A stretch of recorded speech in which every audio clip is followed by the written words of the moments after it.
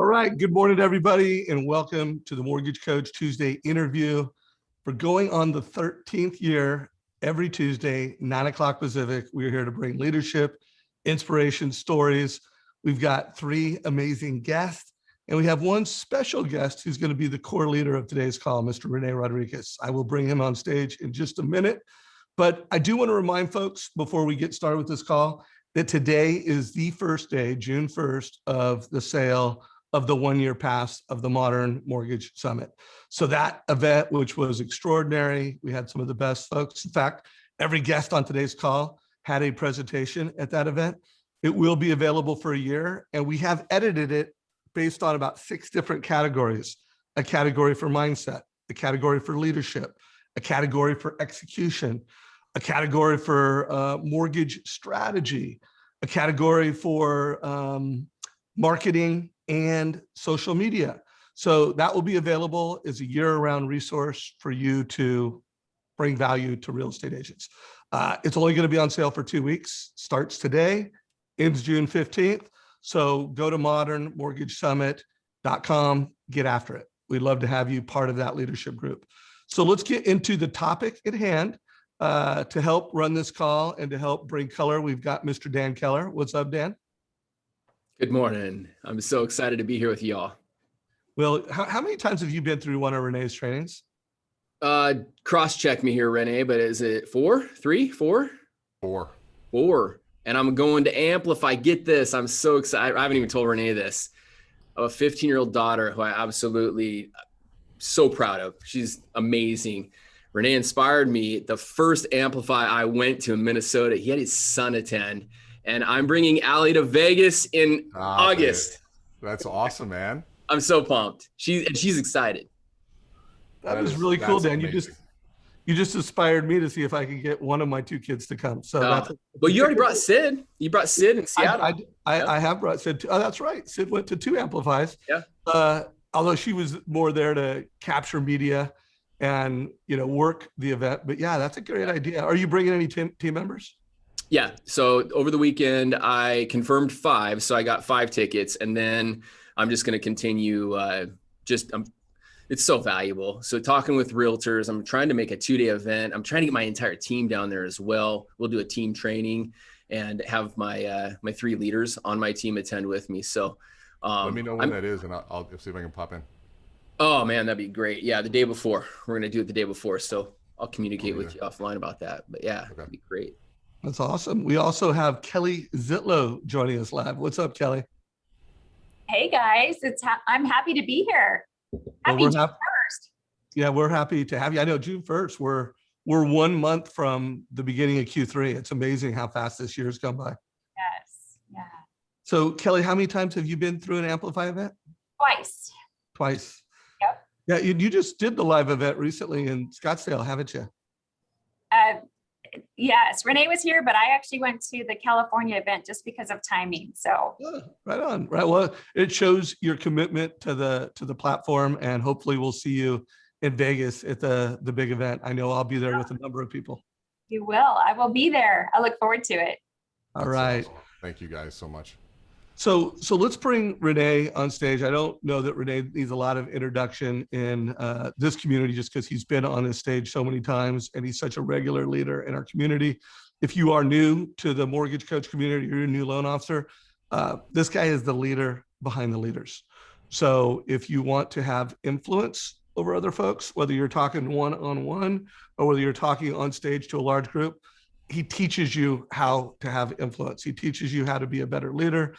And the thing I love is that not only have what I've learned from Rene has helped me do a better job on this stage, it helps me be a better dad. It helps me be a better salesperson in my day-to-day job, helps me be a better CEO, mortgage coach. So Rene, I'm looking forward to going through this 10 brands you do not want. The only push I'll make is I want to make sure we also give them strategies, and I'm sure you're going to do this on how to be the brand you want to be. But Mr. Rene Rodriquez, jump on stage, take the lead, and I'll chime in here and there. Well, can I just bring you guys to everything I do and just have you guys talk before I talk, because that's just my self-esteem is very high right now. So thank you. I love you guys so much, and hearing that you're bringing your teams and your families, and just doing this event in Vegas was was a big, scary decision to do. I mean, it's like I've been doing this for a long time, but never to host your own event in Vegas. And so just knowing that people want to come, forever grateful. And that feeling will never leave. So first and foremost, thank you. So today, I'll give a little backdrop to, excuse me, the topic. When the pandemic hit, if you've seen me talk, you know that we lost everything. So I don't exist if in-person events don't happen, and if face-to-face, it just doesn't happen. If people can't gather in the same room and I can't see you, Rene doesn't exist. And so we had to completely take a look at everything. And before we began the process of saying, what does pivot even look like for our business? We knew it had to be online. We knew it had to be virtual. But the first thing we did was we took a look at the leadership landscape and what was going on. This is not the first sort of crisis that we've been through. I lost everything when 9/11 hit because our clients were manufacturing clients and oil prices skyrocketed the following week. And that the first thing that people cut is training, in that case, back then at least. And we lost $1 million contract and we were out of business. And so I looked at this and I said, okay, so this is a pandemic, the NBA is canceling. And I sat back and I said, okay, I watched my calendar and 100 events that we had planned for the year started erasing 3 and 4 of them a day, just everything. Imagine everything you go to build, and it's not just a loan. I mean, this is something you spend years building. Just somebody takes an eraser and it's gone. And so we don't have an asset. This is not a customer base. This is not something. So we had to literally start over. But the first thing we looked at was, okay, how are people going to respond in the marketplace? Because I knew that if leaders responded irrationally, they couldn't make rational decisions to even see some of the ideas that I was talking about. And so I had to really take a look at leadership and try to be somewhat pushing forward. Steve Harney, dear friend of mine, and I would consider him a mentor, somebody that I look to, had daily conversations during that time because he decided to come out of retirement and started posting content around what was going on, saying that very soon will come a time that people will cannot wait to stand in line at a restaurant again. They will be tipping extra, and if something doesn't come out right, they're going to be like, it's okay, it's just good to be here. And can't wait to get back to the baseball games and the basketball games and in person. And we're starting to get a taste of what that feels like right now, exactly his vision. But how do you communicate a vision like that during a time that people are panicking and during a time that people aren't able to see the logic? And that's where he and I talked a lot. Dave, you and I talked every day about what can we do, how do we do this. Dan, I remember having conversations with you about tough conversations, saying what's going on. We had all sorts of things happening in the marketplace. And what we looked at, and I started looking at sort of common behaviors that I'd seen over the years in leaders. And I wanted to take a different approach and say, okay, here are the leadership behaviors that we don't want. Here's what I've seen in the marketplace of behaviors that really don't help. And quite frankly, it was bothersome and it was frustrating because the time that we needed leaders most, I saw leaders run away and revert to these 10 different sorts of behaviors. And I learned a long time ago, if you can, I think Dave, you even said another way, if you can name it, you can tame it. But if you can put a name on a behavior, if you can put a name on something, and even in our conversation with Brendan from Hook Point, he said, you got to understand the issue before you can actually start changing the issue. And so I wanted to start putting some names to these different behaviors, and I came up with 10. I remember keeping a little note list in my phone and just watching social media, and the people that I was really looking for some leadership from would post a meme and could perpetuating, or somebody that was really had an opportunity to influence would post pictures of empty shelves of toilet paper. I mean, this person had an opportunity to really highlight the irrational behavior and instead contribute it to it, not realizing the influence they have and just missing the boat. And then you watch some leaders that were out there posting pictures from their hot tubs saying, hey, why are you guys working? You should take the day off. And it's like, dude, not all of us can. Some of us have to keep working. But just the tone-deaf nature of saying, yeah, because of the business you're in, or maybe your financial situation isn't like everyone else's. And I'd have employees call me and say, why did my boss send me this? And it was just such a miss on so many leadership fronts that I figured that I'd wanted to take a stab at putting names to it. And so now it's been about a year, close to approaching a year that we wrote this. And we thought maybe Dave would be a fun way to kind of reassess it and take a look at the 10 leadership brands you don't want. But here's what I want for you as a listener. I want you to ask yourself honestly, did you find yourself in any of these? Because I said in the beginning, at the end of this, you're going to be judged based on how you led, what you posted, and what you said. Were you leading, or were you contributing to the fire and the irrational behavior? And so now is that time for us, and this is not going to be a public thing. This is up to you. to look in the mirror and say, who was I? What did I do? What did I behave? What did I post? How did I act? And if you see something you don't like, guess what? Own it. And now's the time to say, what can I do differently? And the next time we need you to say, hold on a second, I don't want to do this again. Maybe there's something different that we can do. And so some of it, I try to be a little humorous with it and also very honest, most of which I can point to specific people on every one of these. I'm not going to. But if you find yourself saying, oh, is he talking about me? I don't know, maybe I am. But if the shoe fits, own it, because I guarantee you that I've worn some of these hats, I've made a lot of these mistakes, and the more I become self-aware of them, the sooner I can change them. And so, Dan, I don't know, Kelly, if you guys did get a chance to read it, anything you want to say before we start kind of like going through them? Go ahead, Kelly. So, I think while a lot of this felt like it was related to the pandemic, I do think that it's important that this messaging doesn't fall by the wayside as we come out of this pandemic, So Yeah. I think what you're talking about here is really just how leaders respond, whether it's in the good times or the bad times. And that was really just impactful for me to kind of think, because I feel like when you wrote this, it was kind of during the pandemic. And now, I just got back from Vegas. My niece turned 21. So like in Vegas, everything's open, and it's a party, and everybody's very re-engaged. And so now my brain is like, okay, here's where we are. Where are we going from a leadership standpoint? Because this is still all very relevant. Hey, I want to put an explanation mark on what Kelly just said, because the two facts: America is opening up, fact. And I've interviewed enough top producers over the past month and a half to 2 months, and I have heard over and over and over, never been a better time to recruit realtors.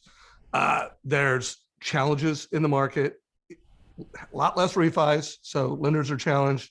When I interview people, I'm saying, hey, how much harder is it to do a purchase loan today versus last year? I'm hearing anywhere from 5 times harder to 10 times harder. And when you talk to realtors, double it. Like they're all like, oh my God, it's 10 times harder. So guys, America's opening up. Never been a better time to recruit realtors. So what's that mean? There's never been a better time to be a leader and to use social media. And I do want to applaud you, Kelly. I checked out your newest YouTube channel, and you are killing it. I mean, what I love about it is you've pivoted. You've gone from, hey, I'm Kelly Zitlow, this local mortgage brand, to, at least this is how I've seen it, I don't know if this is your intention, to I am Kelly Zitlow, and I am your guide in any marketplace on what you need to be thinking about to get a mortgage. So it really looks like you've elevated your game, and you're said, hey, you know what? I want to lead to a broader market, and you're creating content that's modern and on point. By the way, is that your strategy, to expand the marketplace and to just kind of own mortgage on YouTube? Absolutely. I mean, I just feel that after having done this business for so many years, that I know a lot and there's a lot to share. And so my response in crisis is always education. Like that's just how my wire is. So that's where this came about, was whether you're using me as a lender or Dan Keller, who's amazing, or any of the other amazing mortgage coach lenders out there across the country, because I'm only licensed in 4 states. That really isn't what this is about. This is just about sharing important information to the world when it comes to this crazy thing we call the home loan process. So that was where it all stemmed from. And an overnight success, right, Kelly? You've only been doing this, 10 years? That's right. Yeah. So guys, check it out. It's Capital Mortgage. How do I? ? Kelly Zitlow. She'll tell you how to do it. And the most recent one had a pretty cool total cost analysis cameo. We'll put a link down below to it. Anyways, Kelly, I applaud you for taking a bigger stage and getting after it. Thank you. So Dan, did you want to comment on anything there? Yeah, I think the one thing it just happened yesterday, and I'm going back to my high school years, where there was a football player that I went to high school with, and he was a beast, just Greek god body, ran through a brick wall. Nobody could stop him, all state, all American. and I'm connected to him on social media now. And last year, divorce, moved to Florida, and he posted something yesterday, and it's just an accumulation of his posts. He posted something yesterday, and I think he may be Amy the alarmist. And you tell me, and Rene, but he posted something yesterday, and he shared someone's post on social media that, you know, gas is up through the roof, lumber's up through the roof, labor's up through the roof, Biden this, capital gains, blah, blah, blah. And it was just super negative. And it was probably just the tipping point with me. And I was like, Nate, I was like, this is the most amazing time in the history of our planet for opportunity. And I said, stop following this guy. Stop posting his stuff. It's killing you, man. Blah, blah, blah. You're a champion and you can do this, and you can change your wording from can't to can. Get that word can't out of your mind. And so just stuff like that. That's a perfect example to kind of frame really what I think we're talking about today. And then I will say this, you guys, I lived through both sides of the ups and the downs of the pandemic. I have a wife who has an amazing business that she spent 15 years night and day building. And end of 2019, she found herself on Good Morning America. She found herself on massive momentum going into 2020. And then COVID hit. She had lined up Alaska Airlines, Disneyland, Norse, huge accounts, just like you, Rene. And the second that COVID hit, all of these companies cut their marketing budgets. They're done. So Jenny goes from this huge 2020, projected 2020, to these accounts going, hey, we're going to have to put this on hold. Plus a local bakery that we had to shut down for 3 months. 14 great employees that we've built over the last 6 years. Sorry, we're going to have to put this on hold. Flip side, Kelly can understand this. We are blessed. Mortgage rates dropped to 2 in the 2s, and we're flooded with more business than we can handle. Revenue is great. We're getting the most out of our team. We're having a chance to lead at a completely different level. Maybe go back to rolling up our sleeves and getting back into the trenches. And so emotionally, I got to see both sides of this. And I sit here today so inspired by my wife, because of what she did, how she came out of that. She took a negative, came up with this whole new branding called Eat Cookies, Be Happy. She took an opportunity to start a Facebook Live on Monday night, regardless of how she feels, regardless of what went on that day. And she went out and she inspired hundreds of thousands of women and men across the country. And there was no doubt when she opened up, she took a chance and opened up a shop at the mall, one of the biggest malls in our area, in November of this last year. She had a line wrapped around Nordstrom. The head of the malls, who have malls in 5 different states, came out and said, we've never seen anything like this. You're putting up numbers greater than American Eagle and Gap and REI or whatever the stores were. And so that is a perfect example of what you're going to be talking about today, is mindset and just how you handle adversity. And just so inspired by that. I thought I'd share that story because we as mortgage professionals, glory. This has been an amazing year. This has been an amazing run. It wasn't like that for a lot of people.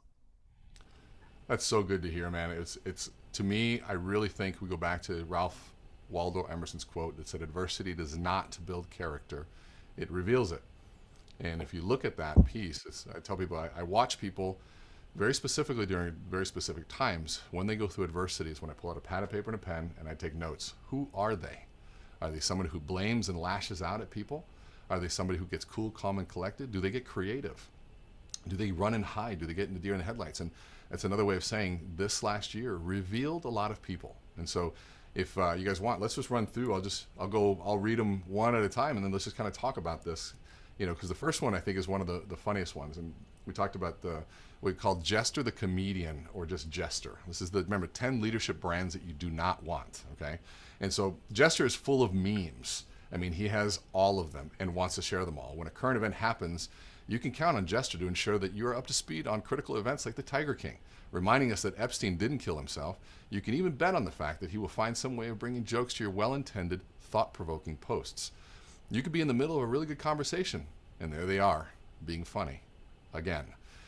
What's interesting about Jester is that when all this is said and over and past us, they will need to get back to work on selling us on something or trying to lead in some way. you'll see it clearly because it just won't make any sense. They posted 87 memes and then come out with a futile attempt at inspiration or advice that just seems out of place. It might even be great advice, but it feels like you just found your cereal box in the fridge. It just doesn't fit. And so that whole piece, and it's kind of harsh, comes back to, and I'm all about joking. People know that I love to joke. I love to do practical jokes. I like to joke around. But if you don't recognize if you are in a position of influence, if you're leading, or that what you put out to the world during a critical time has an impact to shift behavior, and you're constantly joking, and then it comes time where you actually, oh, hold on, we need to lead right now. If your brand has been all of this joking material, here all of a sudden the leadership just feels kind of odd. So I don't know about you guys. Did you see a lot of jesters out there? Well, Dan, I'm sure like you know, both of us are in social media. So it is interesting to see how some people respond to, you know, content. And absolutely, I have a really good friend who I just adore, who this is his response type. I mean, everything is a joke, and not everything is a joke, right? Yeah, I agree with you, Kelly. That's when you wrote this, Rene, I was like, oh, yep, that's so-and-so. And oh, yep, that's so-and-so. And so then all of a sudden I become aware. All right, got to make sure I got to check off these 10. Am I being Johnny tone deaf, or am I, you know? So. Well, I think it's good that we have jokes, and I think it's good to bring humor and levity to situations. And again, what we talk about a lot of times, even in Amplify, is that the skill sets that we're trying to teach are competencies. Like you have clubs in a golf bag. You know, you don't use the same club all the time, but you do need that golf club of humor every once in a while. But you're not going to pull out the driver when you're trying to putt, or you're not going to put the putter out when you're trying to drive. It's just the wrong golf club at the wrong time. And so the science and the art form of leadership is knowing which club, which competency, which skill set to use.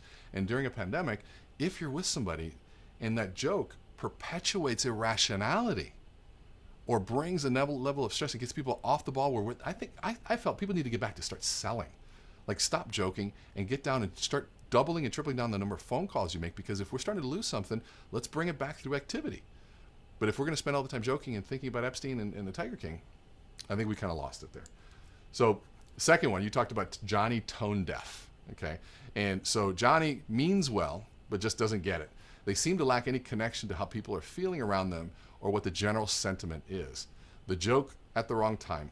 They try to inspire when they should just listen. They post from their hot tubs with the perfect family talking about the need to be quarantined and not realizing that some people don't have hot tubs and may not have families to be home with. They mean well, but end up hurting people, frustrating them, and sadly, no one will ever tell you because they already know how you're going to respond. The opposite of tone deaf is empathy. And so here we are, where I've always said the number one skill in leadership is self-awareness. And if you're sitting in a hot tub and you're not self-aware enough to realize, I'm actually pretty lucky here. Man, I have the choice of shutting my office down. I got the money in the bank. I can just be here with my family, protected from the world. That's a fortunate situation. I probably shouldn't post about that. Yeah, probably not a good. Yesterday, our designer created 80 days until Amplify Live, and got the text, hey, today's the day to post 80 days on Amplify Live. And I was like, it's Memorial Day. That would be one of the most tone deaf things I could ever do, right? I'm not going to promote the event on Memorial Day. It's just not, and I was like, it was a beautiful graphic.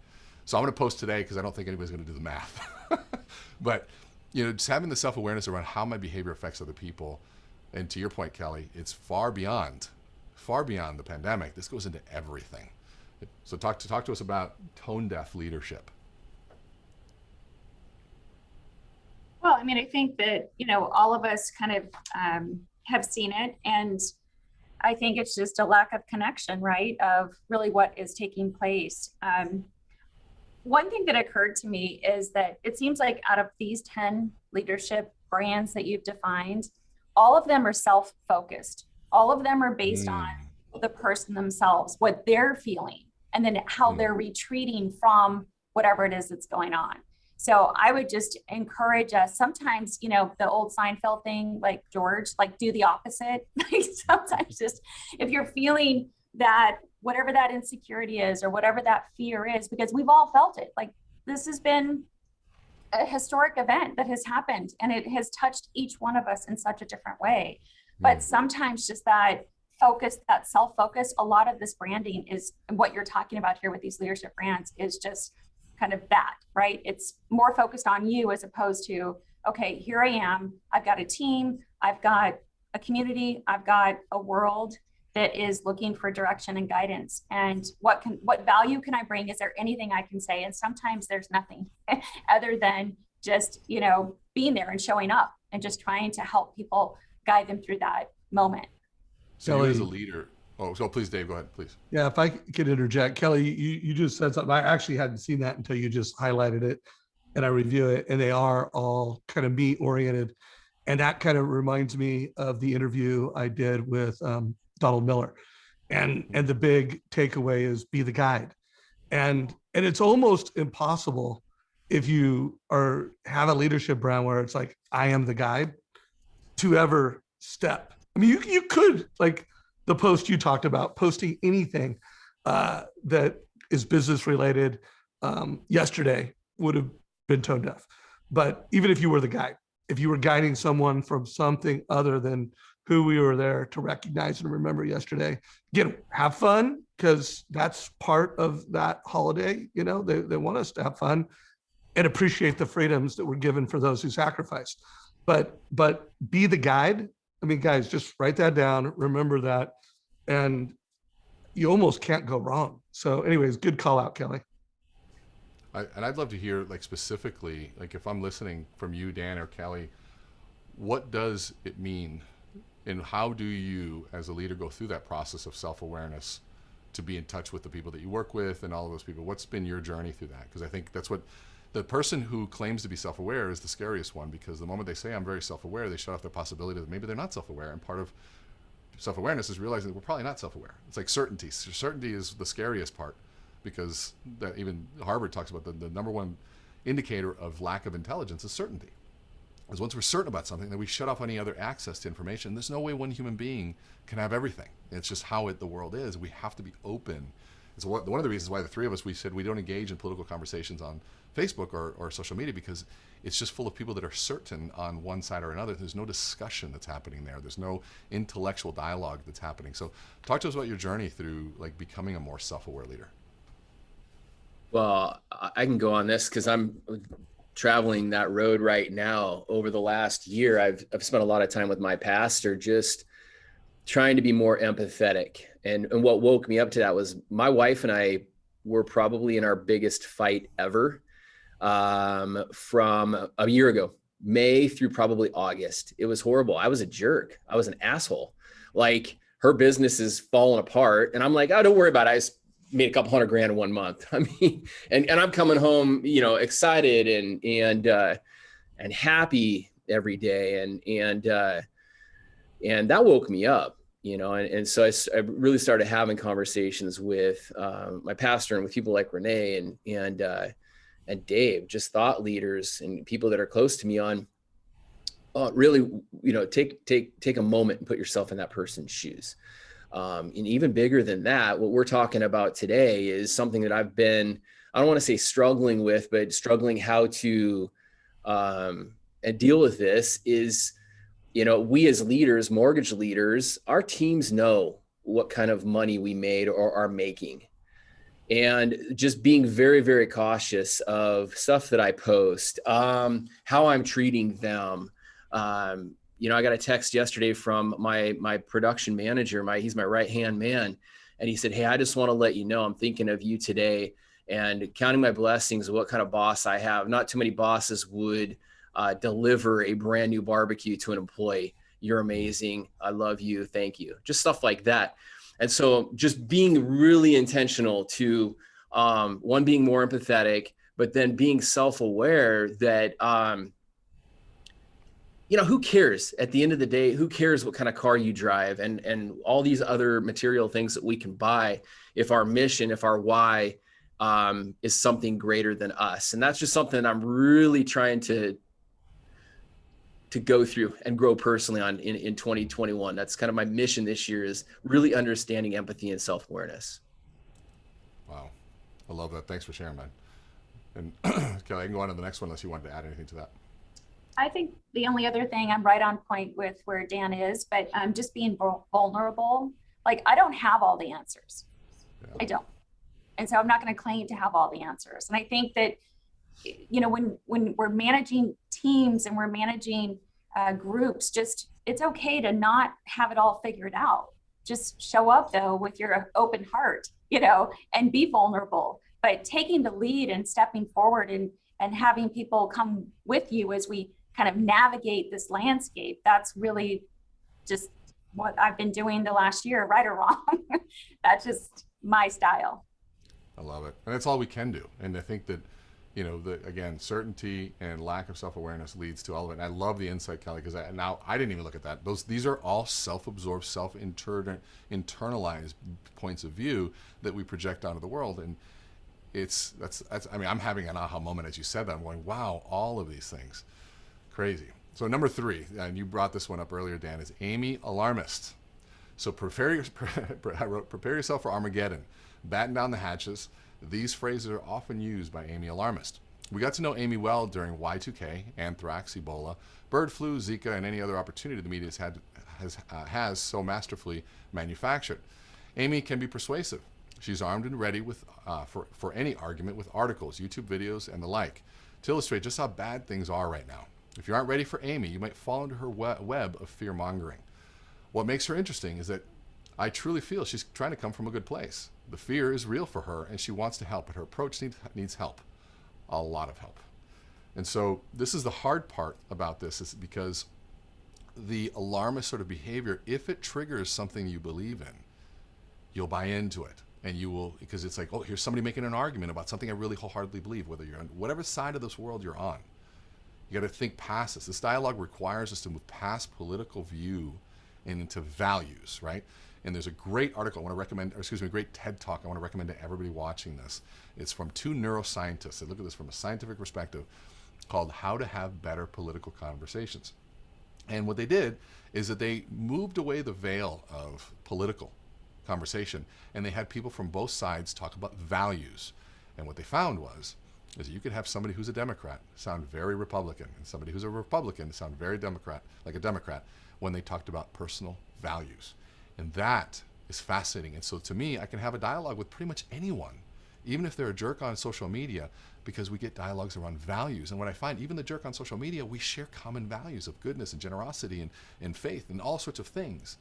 And that is what I want this kind of conversation to be around. And so the hard part when you're dealing with the alarmist is when we fall into somebody who is out there in front, leading the charge on something we believe. I think we've all been to the place where we reposted something that only to find out it was not accurate, or it was fake, or it was something that was twisted. And when you get to the bottom line, say, maybe I shouldn't have posted that one. But so this alarmist behavior in general, have you guys been seeing that at all? Did you guys see it? Oh, sure. I think for sure we've all seen it, and you were on point with it. I think that for me, it comes from a place of fear. And sometimes when we're fearful, we want other people to kind of feel how we're feeling. So then we're not alone in this boat of, desperation or fear. So I think that that's really where this category comes from. For sure. And the sad part is it does come from fear. And then some people, it just comes from a place of needing attention. That's the other part. And so we got to be careful not putting everybody in that category, but there are some people that are just looking for clicks. They're just looking for that. And unfortunately, because we click on it, we're driving it. And I find it so funny that people talked about, hey, stop posting about X, Y, and Z and they start posting about how upset they are about X, Y, and Z, only giving X, Y, and Z even more clout. And it's just like the best way to stop bad information being shared is starving it of your attention. That's what we got to do. We have to starve it. Like, let it, because it only breeds on our attention. Even if we fight with it, it's going to starve if we don't even pay attention to it. So that's that. I don't know if you want to add anything to Dan, or I can move on to the next one. Awesome. So Andy Apathy. This was pretty short. Not much to say here. Andy Apathy just doesn't care. Let's move on while he will be forgotten anyways.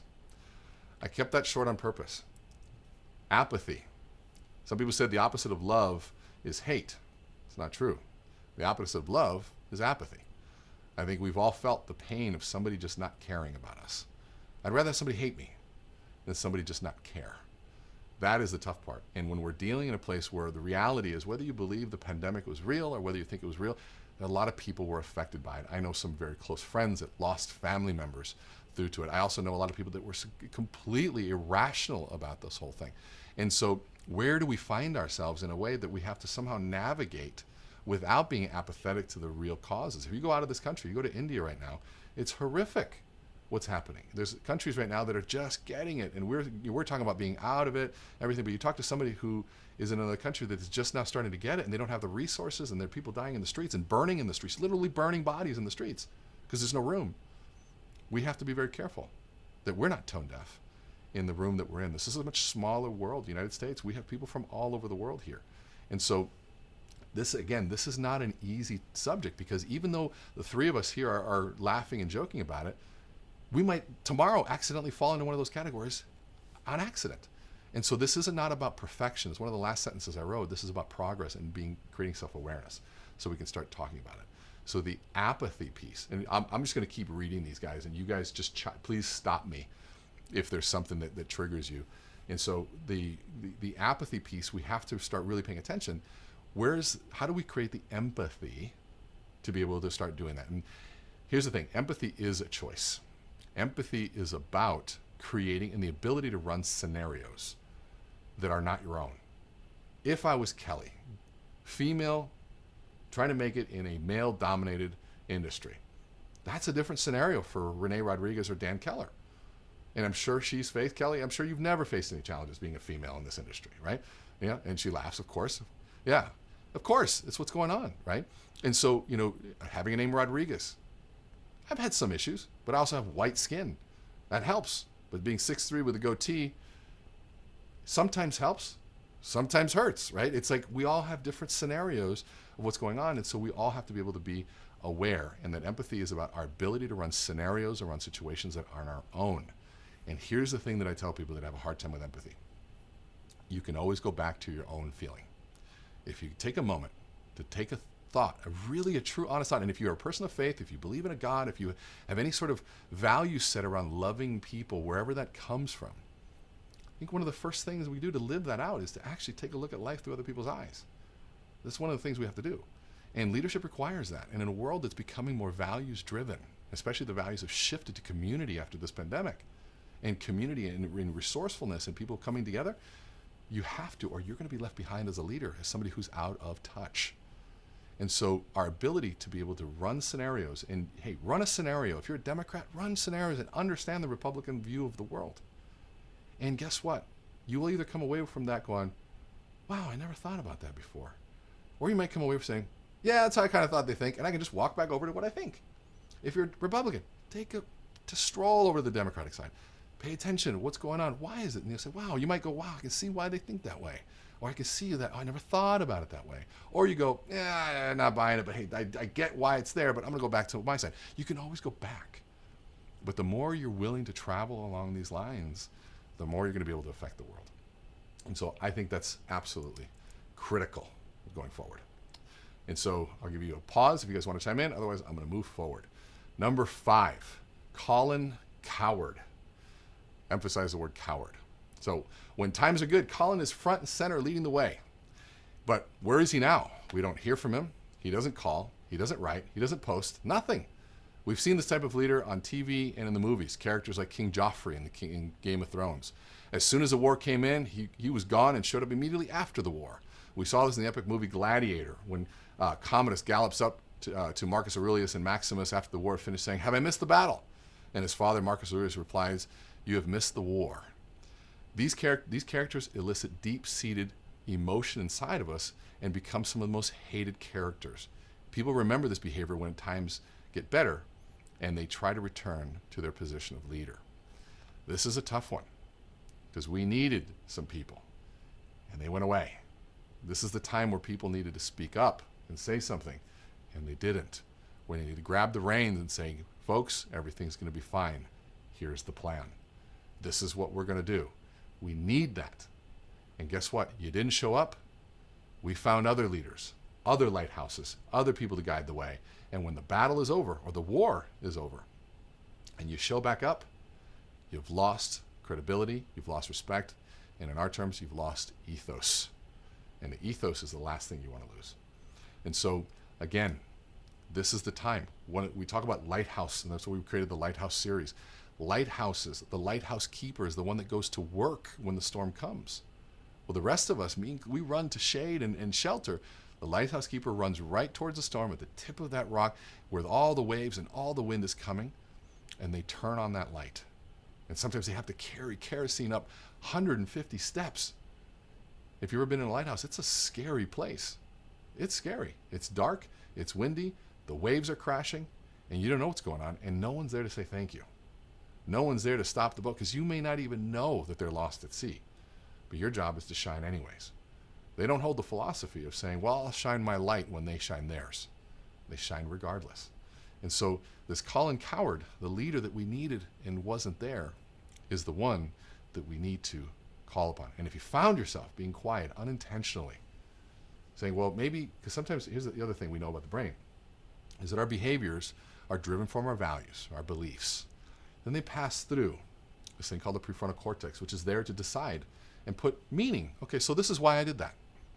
So we may have been silent, and our prefrontal cortex may have rationalized that as, well, I'm not going to get involved because it's not going to help anyways. I don't want to contribute to the chaos. The way I'm going to help is by being quiet and just moving forward right here, which there's a lot of rationality in that, and some of which why I didn't post much on social media. My thought on some of that is that maybe it's not social media that need to be posted, but maybe it's within your own organization. Maybe it's within the smaller circles that aren't as public to be able to start making improvements. I spent 8 weeks in conversations with some of the most powerful, influential people that I know to have difficult conversations one-on-one, because I knew that conversation in the public medium wouldn't go anywhere. But on one-on-one, you could get people to say, you know what, I never thought about that before. And that spark of a new idea, the spark of a new concept, will begin to grow if done correctly. So the challenge, when you see everybody else be quiet and leadership is needed, don't be Colin Coward. This is the time to step up. And again, ask yourself, if any of these pieces have resonated with you, were you any of them? And what opportunities do you have to change that? I'll leave it open if you guys want to say anything, otherwise I'll keep going. So now, number 6, Karen conspiracy. The government created COVID-19 and Bill Gates is responsible. 5G, there's a vaccine and they won't release it. This happened, remember, this was before all this stuff, right? It's kind of funny to reread this. This happened because China people eat bats. This is not worse than the common cold. This is a biological weapon. Why are the Russians not suffering from this? I could go on and on and on. I don't know what the answer is, but I'm sure as hell they don't know either. The science doesn't mean much to these types, so don't even try to argue with them. I find it best just to mute them, unfriend them, or just block them. And so this is a tough one because, again, these concepts trigger deep-seated emotion in people. I'm not saying someone's right or someone's wrong. I'm saying that they're not open to a conversation. And if you're not open to a conversation, where are we going to go? And I'd say nowhere. I want to stop for a minute and let you guys chime in because I don't want my voice to carry on too much here. Kelly, why don't you jump in because you got to bounce here in a minute. Thank you. So I just wanted to go back to Colin Coward. You know, some of the things I was writing down, Rene, are being in the trenches, you know, with each other. And that means in part, you know, certainly in our businesses with our team, but also our community, and realizing that people are at different places. So a lot of my brain as you're moving through these 10 brands is empathy, which I know you've highlighted, but it really is kind of one of those things that if somebody is a conspiracy theorist, that's who they are. It's, you know, it's okay, right? I mean, we're not going to change them. Obviously there's a value, there's something going on in their person. And part of my mindset is really just, you know, allowing people to be people. It doesn't mean that I have to be that person. It doesn't mean that I need to feed into that. And I really think just that value part of who we are now more than ever, now's the time to get centered and reset on what's important to us, because there's a lot of noise out there in the world that's telling us what we should think, telling us how we should react, telling us where we should be and blah, blah, blah, blah. But at the end of the day, if it doesn't fit with who we are as people, I think that's where we start to fall into some of these danger zones. So on that note, you guys, I got to run. Before you go, I do want to ask Rene, are you going to help at your big event that you're doing in Las Vegas? Are you going to help people work through this, get clear on their brand? You know, the big brand questions, it's a big question. And everything that we do in Amplify, if there's an underlying piece, is helping you with your brand. We get very clear on concepts like your ethos, which is the essence of who you are, getting clarity around message. And if your message isn't clear, your brand is going to be completely confusing. And so everything around Amplify is absolutely going to help people get clear on their personal brand, and more importantly, the how they talk about it and how they communicate it. Because you got to have a very clear brand, but if you don't know how to talk about it one-on-one or in front of a group, it's going to be tough. So Kelly, going through the Amplify process and everything you've done, has it helped you get more clear on who you are and how you want to communicate from the inside out? Without a doubt. I think that Rene is a Jedi master when you were in that format. And, you know, again, public speaking, a lot of why people struggle with it, including myself for many, many years, is it's so inward. It's all what we're thinking about ourselves. We're not thinking about what the audience is there to take from us. It's all about how do I look? How do I sound? Am I articulating my message? All that kind of stuff. So Amplify for me was just the continuation. And I don't feel like I will ever arrive at like, woohoo, I'm here, I've done it. It's just a continuation of being able to learn really why I think what I think, how to be able to put barriers up with a negative and really just be able to lean into why I'm there, what the message is. And then Rene just is masterful at teaching people how to frame their end message. And so I've always loved it. I continue to be a raving fan of Rene's, and I just want to get better every time. So I'll see you in August. See you in August, Kelly. Thank you for your time. Thank you, Kelly. I really appreciate you. Bye, guys. Thank you so much, All Kelly. right, Thank take you. care. See you later. So guys, and that's something I wanted to put an exclamation mark on, is one of the things that makes Amplify and everything Rene Rodriquez does is it's not just telling you things. I mean, that's what we're doing in today's call. But when you engage in one of his live events, it's training. It's 2 days of 1-on-10 training.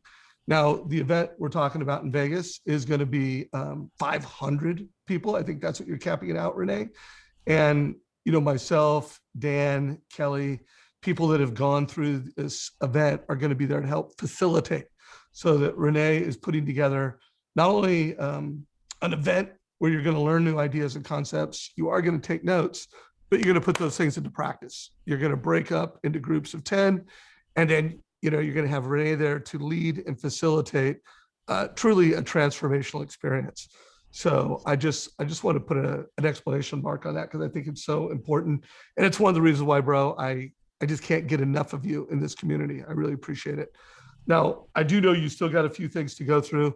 Dan, anything you want to add before we give it back to Rene to kind of finish off the brands we don't want? Yeah, I think this is really, really important to all listeners if you haven't attended an Amplify. And one of the biggest, as I continue my personal growth journey, I'm reading a book right now by Tim Grover, his new one called Winning.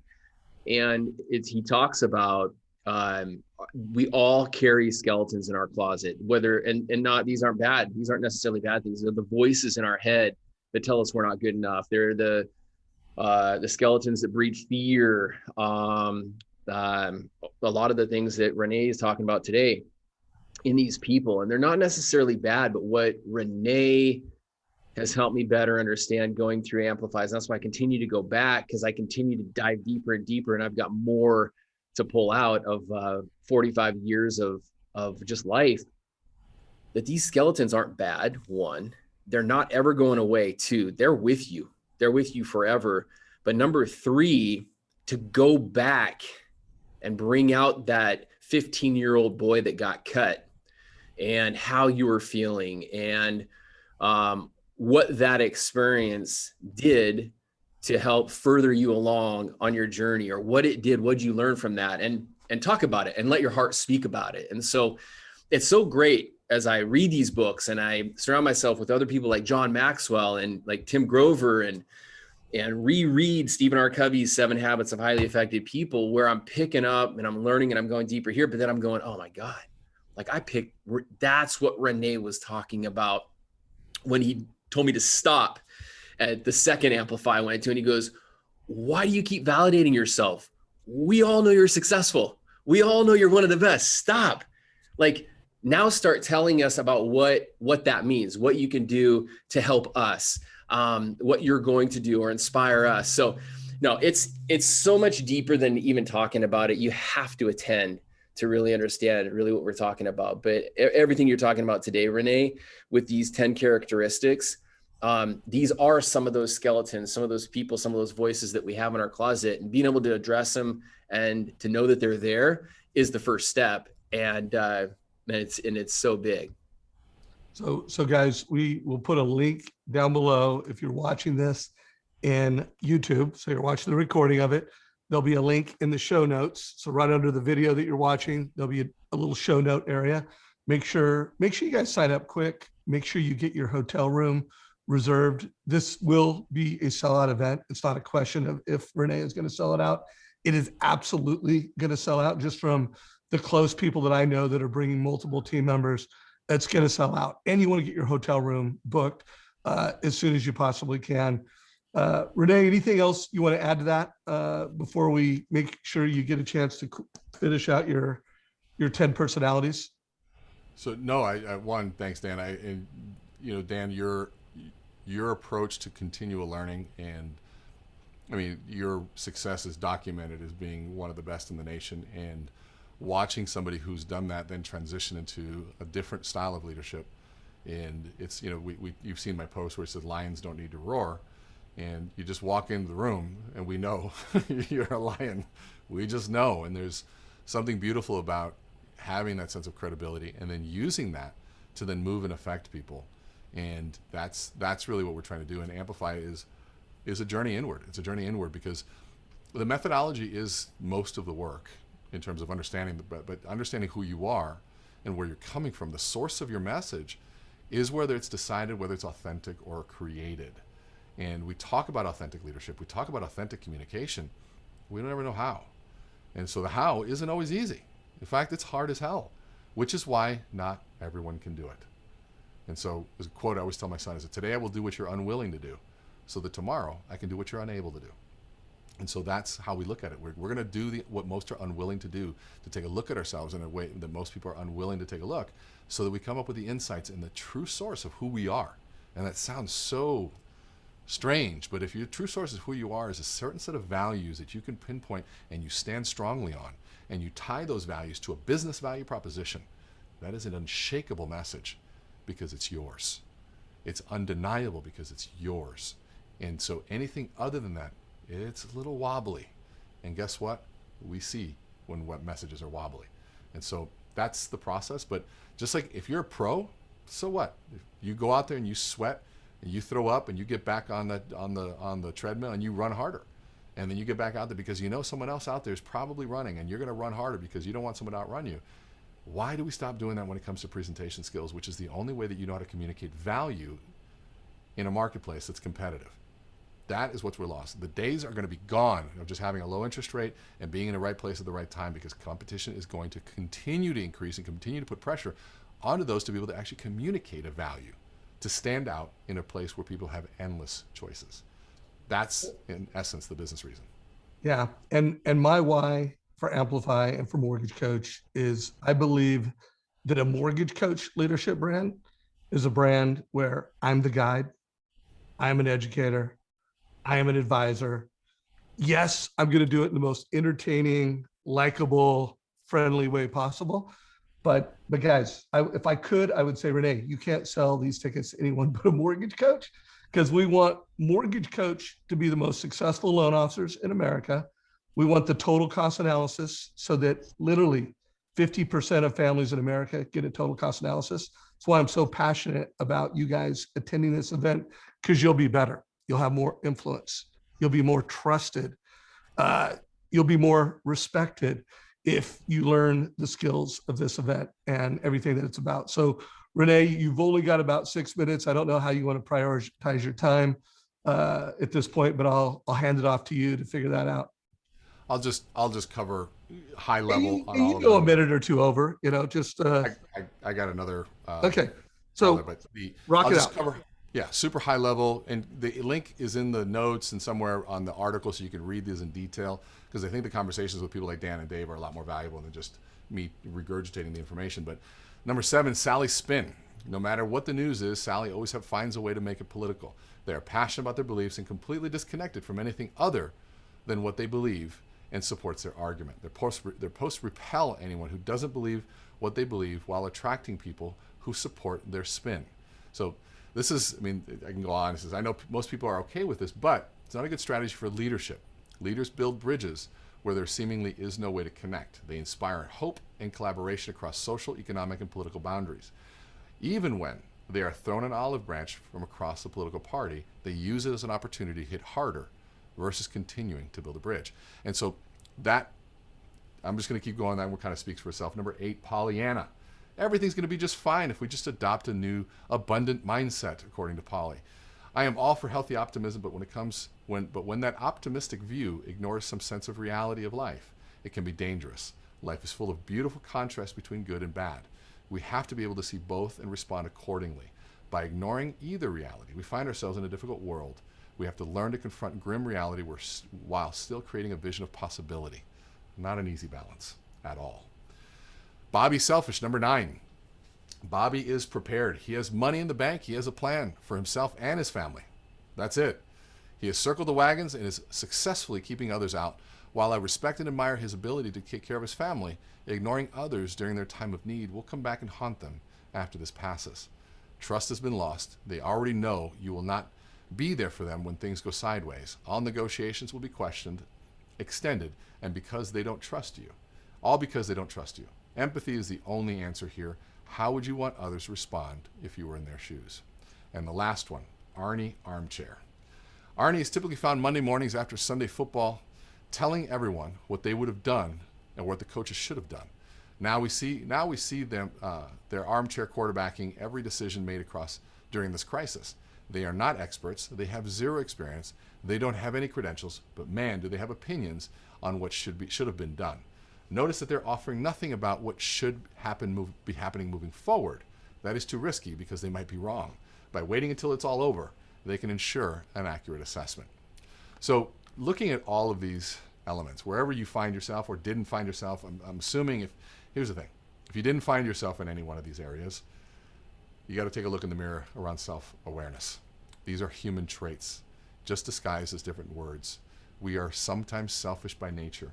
When times get tough, we do look inwardly. Our biology has trained us to take and protect what is most important to us.